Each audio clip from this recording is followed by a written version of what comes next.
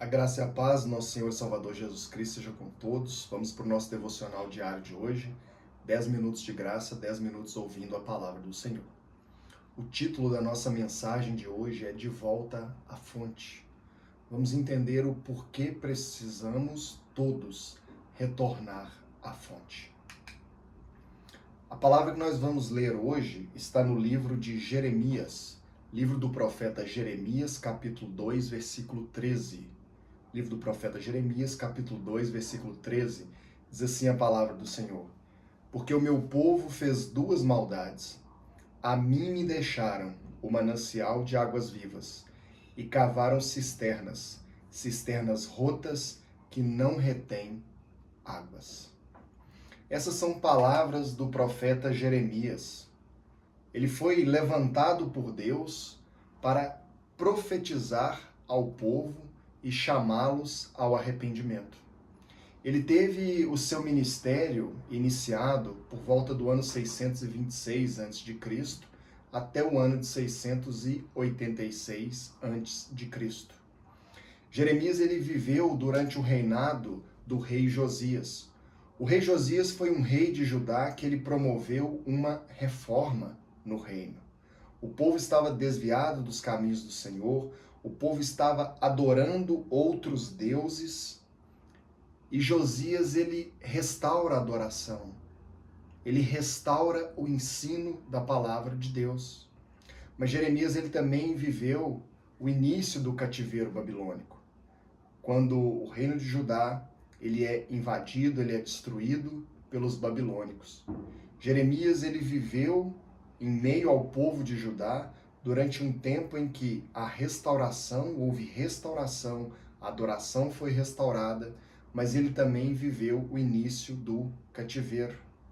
Ele clamou contra o pecado do povo, ele clamou contra a desobediência e principalmente clamou contra a idolatria, para que o povo não abandonasse Deus, para que o povo não deixasse a fonte, a verdadeira e única fonte, e fosse buscar água em outro lugar.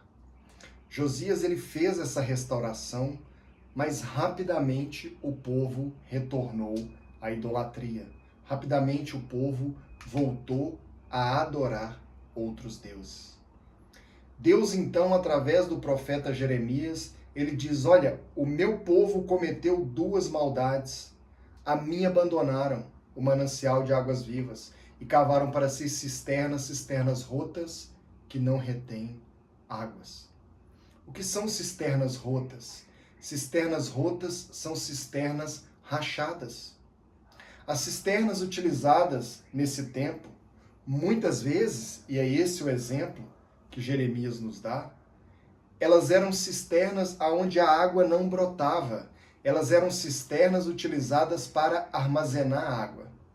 E Deus diz que as cisternas que o povo cavou, elas eram rotas, elas estavam rachadas. Havia nessas cisternas rachaduras. E sabe o que acontece quando você joga água numa cisterna rachada, numa cisterna rota? A água vai embora. Então Deus está dizendo: olha, vocês me abandonaram e vocês cavaram cisternas rachadas que não retêm água.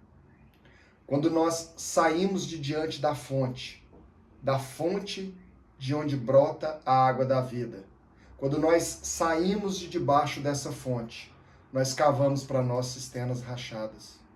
E aí sabe o que acontece? Nós vamos a algum lugar, pegamos um balde de água, jogamos na cisterna e a água vai embora. E aí quando nós olhamos, aquela cisterna está seca. E aí nós vamos novamente ao mesmo lugar ou algum outro lugar e nós pegamos mais um balde de água e jogamos naquela cisterna e quando nós olhamos ela está seca. E nós começamos a viver uma vida onde não nos sentimos saciados. Sabe, cada um de nós busca um balde de água quando está com as cisternas rachadas em algum lugar. Alguns vão buscar um balde de água na bebida, na droga. Outros vão buscar um balde de água no trabalho ou no sexo. Outros vão buscar um balde de água em festas. São tantos os lugares onde encontramos um balde de água, mas quando nós lançamos esse balde de água sobre a cisterna, que representa a nossa vida, as rachaduras que estão ali levam a água embora e nós continuamos a nos sentir secos, vazios, completamente incompletos. Há uma sequidão em nós quando as nossas cisternas estão rachadas. E é por isso que Deus diz, através do profeta Jeremias, vocês cometeram duas maldades, a mim abandonaram. Quando nós abandonamos Deus, é automático, nós cavamos uma cisterna rachada. Na verdade, a segunda maldade que o povo comete, que é cavar uma cisterna rachada, ela é uma mera consequência da primeira maldade. Quando nós estamos diante do manancial de águas vivas, que é Deus, que é Jesus Cristo, nós nos sentimos saciados. Mas quando saímos diante desse manancial, nós cavamos cisternas rachadas e vamos buscar água em qualquer outro lugar. Nossa vida longe da fonte se torna uma cisterna rachada. Somente em Jesus Cristo, somente em Jesus, as rachaduras da nossa cisterna serão tapadas. Jesus Cristo é aquele que nos preenche.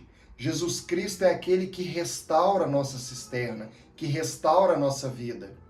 E quando Jesus restaura a nossa vida, quando Ele tapa todos os buracos, quando Ele preenche todas as brechas, sabe o que acontece? Deus vem como uma fonte, como um manancial e derrama da presença dele sobre a nossa vida e assim nós não mais nos sentimos secos. Cristo é aquele que conserta a nossa cisterna e Deus é aquele que nos enche. Então nós precisamos crer que Jesus Cristo ele restaura a nossa vida. Eu preciso crer e você precisa crer que nesse dia Jesus Cristo está tapando todas as brechas, tapando todos os buracos e restaurando a nossa vida. Precisamos crer que somente no Pai, somente em Deus, somente diante da presença de Deus, nós nos sentiremos saciados. Em quantos lugares você já foi buscar água? Em quantos lugares você já tentou buscar algum tipo de saciedade? Algum tipo de realização? E foram todas tentativas completamente frustradas. Porque somente em Deus nós encontramos a verdadeira realização e o verdadeiro saciamento. Se nos arrependermos e voltarmos à fonte, receberemos a verdadeira paz.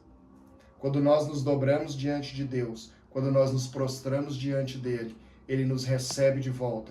Jesus Cristo, ele nos preenche, ele nos restaura e Deus vem com o Espírito Santo dele, enche as nossas vidas. E sabe o que acontece quando Deus faz isso?